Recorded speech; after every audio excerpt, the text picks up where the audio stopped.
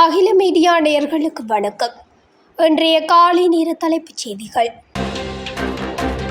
வெனிசுலாவிலிருந்து அமெரிக்காவுக்கு போதைப்பொருள் கடத்தப்படுவதாகவும் இதற்கு வெனிசுலா அதிபர் நிக்கோலஸ் மதுரோ உடந்தையாக இருப்பதாகவும் அமெரிக்க அதிபர் ட்ரம்ப் குற்றம் சாட்டி வந்த நிலையில் நேற்றைய தினம் அமெரிக்க இராணுவம் வெனிசுலா மீது அதிரடி தாக்குதலை நடத்தியுள்ளது. இந்நிலையில் நேற்று அமெரிக்க இராணுவத்தினர் வெனிசுலாவின் தலைநகரான கராகஸ் மற்றும் அதனை சுற்றியுள்ள 7 பகுதிகளில் பெரிய அளவிலான வான்வழி தாக்குதல்களை நடத்தினர்.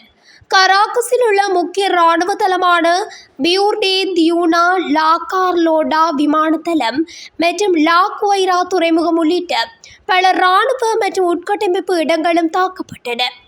இதன்பின் அமெரிக்க அதிபர் டொனால்ட் ட்ரம்ப் வெளியிட்ட அறிவிப்பில் அமெரிக்கா வெனிசுலா மற்றும் அதன் தலைவர் அதிபர் நிக்கோலஸ் மதுரோ மீது ஒரு பெரிய அளவிலான தாக்குதலை வெற்றிகரமாக நடத்தியுள்ளது. அதிபர் மதுரோவும் அவரது மனைவியும் கைது செய்யப்பட்டு நாட்டிலிருந்து வெளியே அழைத்து செல்லப்பட்டுள்ளனர். இந்த நடவடிக்கை அமெரிக்க சட்ட அமலாக்கத்துறை இணைந்து மேற்கொள்ளப்பட்டது என்று தெரிவித்துள்ளார். மதுரோ மீது அமெரிக்கா போதைப்பொருள் கடத்தல் மற்றும் குற்றவியல் வழக்கு உள்ளதால் அவர் விசாரணைக்கு உட்படுத்தப்படுவார் என்றும் தெரிகின்றது. இந்த நிலையில் வெனிசுலா மீதான அமெரிக்காவின் தாக்குதலுக்கு ரஷ்யா, ஈரான் மற்றும் ஐரோப்பிய நாடுகள் கண்டனம் தெரிவித்துள்ளன.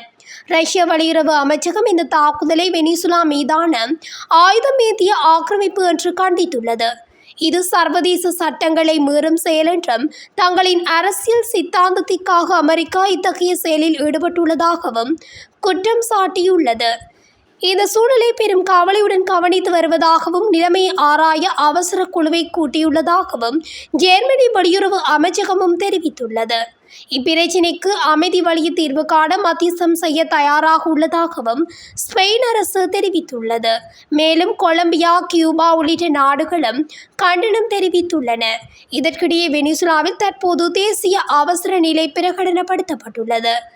வெனிசுலாவின் நெருங்கிய நட்பு நாடான ஈரான் வெளியுறவு அமைச்சகம் வெளியிட்ட அறிக்கையில் இந்த தாக்குதல் வெனிசுலாவின் இறையாண்மையையும் அதன் பிராந்திய ஒருமைப்பாட்டையும் அப்பட்டமாக மீறும் செயல்.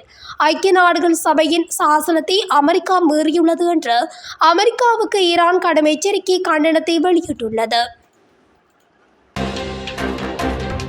மேற்கு ஆப்பிரிக்காவின் சில நாடுகள், கேம்பியா மற்றும் செனகல் உள்ளிட்ட நாடுகளைச் சேர்ந்த அகதிகள் ஒவ்வொரு ஆண்டும் வேலை தேடியும் சிறந்த வாழ்க்கைக்காகவும் ஐரோப்பிய ஒன்றியம் உள்ளிட்ட பகுதிகளுக்கு கடல் வழியே சட்டவிரோத வகையில் படகுகளில் புலம்பெயர்ந்து செல்வது வழக்கம். அப்போது இயற்கை பேரிடர்கள், பலத்த காற்று, கடல் அலைகளால் சிக்கி பலர் உயிரிழக்கும் சம்பவங்களும் ஏற்படுகின்றன. இந்த நிலையில் 200க்கும் மேற்பட்ட அகதிகளை ஏற்றிக்கொண்டு படகு ஒன்று கடலில் சென்ற நிலையில் அது திடீரென்று விபத்தில் சிக்கியது. இதில் 7 பேர் உயிரிழந்துள்ளனர். அவர்களின் உடல்கள் மீட்கப்பட்டன. 10 பேர் நிலைமை கவலைக்குரிய வகையில் உள்ளது என்றும் 96 பேர் மீட்கப்பட்டு சிகிச்சைக்கு கொண்டு செல்லப்பட்டுள்ளதாகவும் பலரை காணவில்லை என்றும் அவர்களை தேடும் பணி தொடர்ந்து நடந்து வருகிறதாகவும் தெரிவிக்கப்பட்டுள்ளது. நேபாளத்தில் விமானம் தரையிறங்கும் போது விபத்துக்குள்ளானதில் அதிர்ஷ்டவசமாக விமானத்தில் இருந்த 55 பேரும் பத்திரமாக மீட்கப்பட்டனர். நேபாளம் தலைநகர் காத்மாண்டுவில் இருந்து 51 பயணிகள் மற்றும் 4 விமான பணியாளர்களுடன் பத்ராபூர் விமான நிலையத்திற்கு புறப்பட்ட புத்தா ஏர் நிறுவனத்திற்கு சொந்தமான பயணிகள் விமானம் வெள்ளிக்கிழமை இரவு தரையிறங்கும் போது விமானம் ஓடுபாதையில் இருந்து விலகியதால் பெரும் பரபரப்பு ஏற்பட்டது. எனினும் விமானி சாதுரியமாக செயல்பட்டு விமானத்தை பாதுகாப்பாக நிறுத்தியதால் விமானம் ஓடுபாதையிலிருந்து விலகி சுமார் 200 மீட்டர் தொலைவில் தரையிறக்கப்பட்டது. இதில் விமானத்துக்கு சிறிய அளவில் சேதம் ஏற்பட்டதாகவும் 55 பேர் பாதுகாப்பாக மீட்கப்பட்டதாகவும் கூறப்படுகிறது. விமானியின் சாதுர்யமே செயல்பாட்டால் இந்த பெரும் அசம்பாவிதம் தவிர்க்கப்பட்டதாகவும் தெரிவிக்கப்பட்டுள்ளது. 2026ஆம் ஆண்டின் தொடக்கத்தில் இங்கிலாந்தின் பல பகுதிகளுக்கு கடும் பனிப்பொழிவு மற்றும் கடும் குளிர் குறித்து எச்சரிக்கை விடுக்கப்பட்டுள்ளது. அதன்படி ஸ்காட்லாந்து, இங்கிலாந்து, வடக்கு அயர்லாந்து ஆகிய பகுதிகளில் போக்குவரத்து நெரிசல், மின்சார தடை மற்றும் சாலை மூடல் போன்ற இடையூறுகள் ஏற்படக்கூடும் என வானிலை ஆய்வு மையம் எச்சரித்துள்ளது. குறிப்பாக வடக்கு ஸ்காட்லாந்து பகுதிகளில் அம்பர் எச்சரிக்கை விடுக்கப்பட்டுள்ளதோடு மலைப்பகுதிகளில் மிக அதிக அளவில் பனி குவியக்கூடும் என்றும் கணிக்கப்பட்டுள்ளது. பொதுமக்கள் தேவையற்ற பயணங்களை தவிர்க்குமாறும் மூடிய சாலைகளில் பயணிக்க வேண்டாம் என்றும் காவல்துறையினர் அறிவுறுத்தியுள்ளனர். அடுத்த வாரம் வரை நீடிக்கவிருக்கும் இந்த கடுமையான குளிர்காலநிலை சூழலை எதிர்கொள்ள தேவையான முன்னெச்சரிக்கை நடவடிக்கைகளை எடுக்குமாறு அறிவுறுத்தப்பட்டுள்ளது. அமெரிக்க படைகளால் நாடு கடத்தப்பட்ட வெனிசுலா அதிபர் நிக்கோலஸ் மதுரோ மற்றும் அவரது மனைவி சிலியா புளோரஸ் ஆகியோரின் இருப்பிடம் குறித்து தெரியவில்லை என துணை அதிபர் டெல்சி ரோட்ரிக்ஸ் கூறியுள்ளார். வெனிசுலா நாட்டின் மீது அமெரிக்கா நேற்று திடீரென வான்வழி தாக்குதல் நடத்திய நிலையில் அந்நாட்டு அதிபர் மதுரோ மற்றும் அவரது மனைவி கைது செய்யப்பட்டு நாடு கடத்தப்பட்டனர். இதனைத் தொடர்ந்து வெனிசுலா முழுவதும் பரபரப்பான சூழல் ஏற்பட்டமையும் குறிப்பிடத்தக்கது.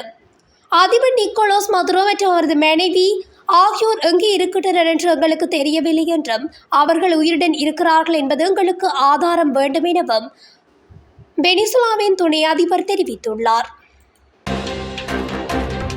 மத்திய ஆப்பிரிக்க குடியரசில் நிலவும் உள்நாட்டு மோதல்களுக்கு மத்தியில் அந்த நாட்டு இராணுவத்தைச் சேர்ந்த 14 வீரர்களை இலங்கை விமானப்படையினர் அதிரடியாக போராடி மீட்டுள்ளதாக இலங்கை விமானப்படை தெரிவித்துள்ளது. மத்திய ஆப்பிரிக்காவின் பம்பூட்டி பகுதியில் அமைந்துள்ள ஐக்கிய நாடுகள் தற்காலிக முகாமில் அந்த நாட்டு இராணுவத்தைச் சேர்ந்த 14 வீரர்கள் பாதுகாப்பு பணியில் ஈடுபட்டிருந்தனர். அதன்போது கடந்த டிசம்பர் 31ஆம் தேதி ஆயுதமேந்திய கிளர்ச்சியாளர்கள் அந்த பகுதியை சூழ்ந்து தாக்குதல் நடத்த தொடங்கினர். உயிருக்கு ஆபத்தான நிலையில் சிக்கியிருந்த அந்த வீரர்களை மீட்பதற்காக ஐநா அமைதி காக்கும் பணியில் ஈடுபட்டுள்ள இலங்கை விமானப்படையின் MI-17 உலங்கு வானூர்தி உடனடியாக களமிறக்கப்பட்டது. இதனையடுத்து அதனூடாக வீரர்களை மீட்க முயன்ற போது கிளர்ச்சியாளர்கள் உலங்கு வானூர்தி நோக்கியும் முன்னேறி தாக்க முற்பட்டனர். இருப்பினும் இலங்கை விமானிகள் மிகுந்த துணிச்சலுடனும் சாதுர்யத்துடனும் செயல்பட்டு அந்த 14 வீரர்களையும் உலங்கு வானூர்தியில் ஏற்றிக்கொண்டு மிக குறுகிய காலத்தில் அங்கிருந்து வெளியேறியதாகவும் மீட்கப்பட்ட வீரர்கள் அனைவரும் ஓஃபோ நகருக்கு வான்வழியாக அழைத்து செல்லப்பட்டு பாதுகாப்பாக ஒப்படைக்கப்பட்டதாகவும் கூறப்பட்டுள்ளது.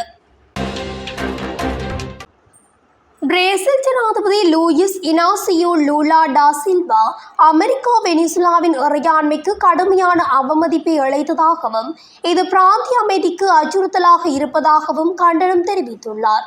வெனிசுலா பிரதேசத்தில் குண்டுவெடிப்புகளும் அதன் ஜனாதிபதியின் கைதும் ஏற்றுக்கொள்ள முடியாத எல்லையை கடக்கின்றன என்று லூலா எக்ஸில் ஒரு பதிவில் எழுதினார்.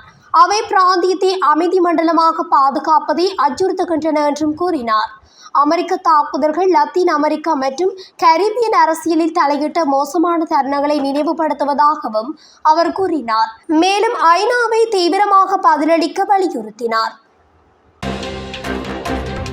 வெனிசுலா அதிபர் மதுரோவை கைப்பற்றிய அமெரிக்க படைகள் சில காயங்களுக்கு ஆளானதாகவும் ஆனால் உயிரிழப்புகள் எதுவும் ஏற்படவில்லை என்றும் அதிபர் ட்ரம்ப் தெரிவித்துள்ளார்.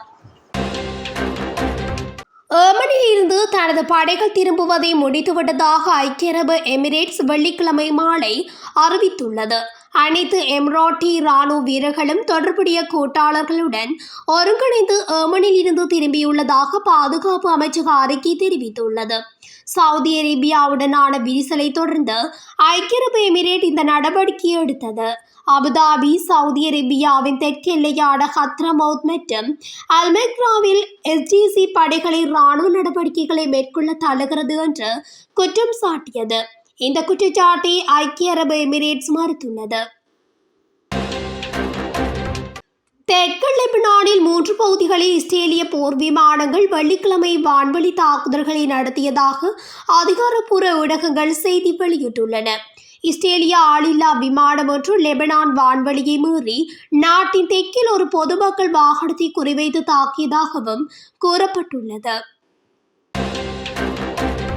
ஈரானுக்கு எதிராக அமெரிக்கா களத்தில் இறங்கி பதிலடி கொடுப்பதற்கு தயாராக உள்ளது என்று ட்ரம்ப் தெரிவித்த கருத்துக்கு ஈரான் தலைவர்கள் கடும் எதிர்ப்பு தெரிவித்துள்ளனர். ஈரானின் உள்நாட்டு விவகாரங்களில் அமெரிக்கா தலையிட்டால் அது பிராந்திய அளவில் குழப்பத்தை விளைவிக்கும். அமெரிக்க நலன்கள் சிதைக்கப்படும். ட்ரம்ப் ஆபத்தான விளையாட்டை தொடங்கியுள்ளார். அமெரிக்க மக்கள் தங்கள் வீரர்களை காப்பாற்றிக் கொள்ள வேண்டும் என சாடினார். ஈரான் நாடாளுமன்ற சபாநாயகர் முகமது பாகர் கலீஃபாப் கூறுகையில், அமெரிக்காவின் அனைத்து இராணுவ தளங்களும் எங்கள் இலக்குகளாக மாறும் என்று மிரட்டல் விடுத்துள்ளார். இதனால் இரு நாடுகளுக்கும் இடையே போர் பதற்றம் உருவாகியுள்ளது. தெற்கு ஏமனில் சமீபத்தில் ஏற்பட்ட வன்முறையில் தொடர்புடைய அனைத்து பிரிவுகளுக்கும் ரியாத்தில் அமைதி மாநாட்டை நடத்துமாறு சவுதி அரேபியாவிடம் ஏமனி சவுதி ஆதரவு பெற்ற ஜனாதிபதி கவுன்சிலின் தலைவரான ரஷாத் அல் அலீமி கோரிக்கை விடுத்ததாக ஏமன் அரசுக்கு சொந்தமான சபா செய்தி நிறுவனம் அதிகாலை செய்தி வெளியிட்டது. சவுதி அரேபியாவின் கோரிக்கையை வரவேற்று சவுதி வெளியுறவு அமைச்சகம் வெளியிட்ட அறிவிப்பில் மோதலை தீர்ப்பதற்கான ஒரே வழி ஏமனில் ஒரு விரிவான அரசியல் தீர்வின் கட்டமைப்பிற்குள் பேச்சுவார்த்தை மூலம் என்று கூறியது. இரு சகோதர நாடுகளுக்கும் இடையிலான நெருங்கிய உறவை கட்டியெழுப்புவதன் முக்கியத்துவத்தையும் ஏமன் குடியரசின் பாதுகாப்பு மற்றும் ஸ்திரத்தன்மையை ஆதரிப்பதற்கும் பலப்படுத்துவதற்கும் சவுதியின் தொடர்ச்சியான முயற்சிகளையும் அமைச்சகம் வலியுறுத்தியது. இத்துடன் அகில மீடியாவின் இன்றைய காலை நேர தலைப்புச் செய்திகள் நிறைவடைகின்றன. தொடர்ச்சியாக செய்திகளை அறிந்து கொள்ள அகில மீடியா ஊடகத்துடன் இணைந்திருங்கள். நன்றி, வணக்கம்.